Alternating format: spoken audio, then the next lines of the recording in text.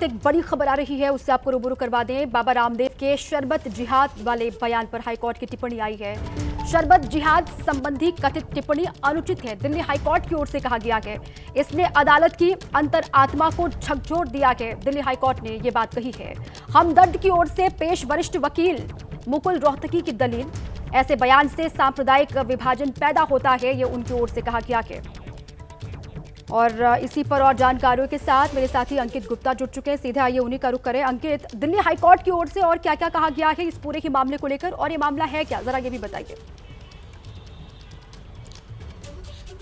देखिए, इस वक्त पहले एक बड़ा अपडेट दे देता हूँ। वो ये है कि इस मामले में बाबा रामदेव के जो वकील हैं उन्होंने कोर्ट को भरोसा दिलाया है कि बाबा रामदेव ने जो शरबत जिहाद वाला जो विज्ञापन जारी किया था उसको हटा दिया जाएगा। यानी कि वो शरबत जिहाद वाला जो बाबा रामदेव का विज्ञापन, जिसको लेकर के दिल्ली हाईकोर्ट में याचिका दायर की थी हमदर्द कंपनी ने, क्योंकि हमदर्द कंपनी का जो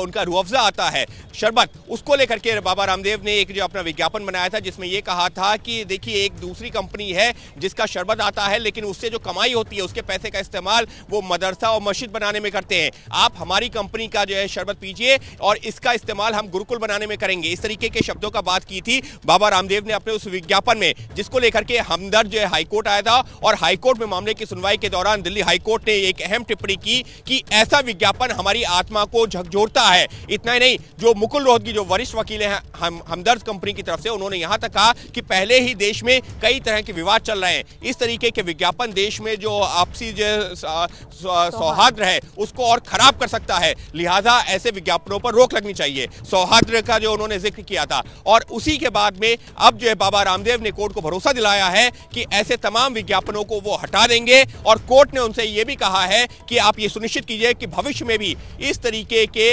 आपसी सौहार्द को खराब करने वाले विज्ञापनों को आप नहीं देंगे और ना ही कोई बयान देंगे। अब इस मामले की अगली सुनवाई 1 मई को होनी है, लेकिन बड़ी खबर यह है कि बाबा रामदेव ने अब कोर्ट से कहा है कि वो अपने इस विज्ञापन को, जिसमें उन्होंने शरबत जिहाद की बात कही थी, वो तमाम मीडिया प्लेटफॉर्म से हटाएंगे। जी बिल्कुल ठीक है अंकित गुप्ता, बहुत बहुत शुक्रिया आपका इस पूरी जानकारी के लिए।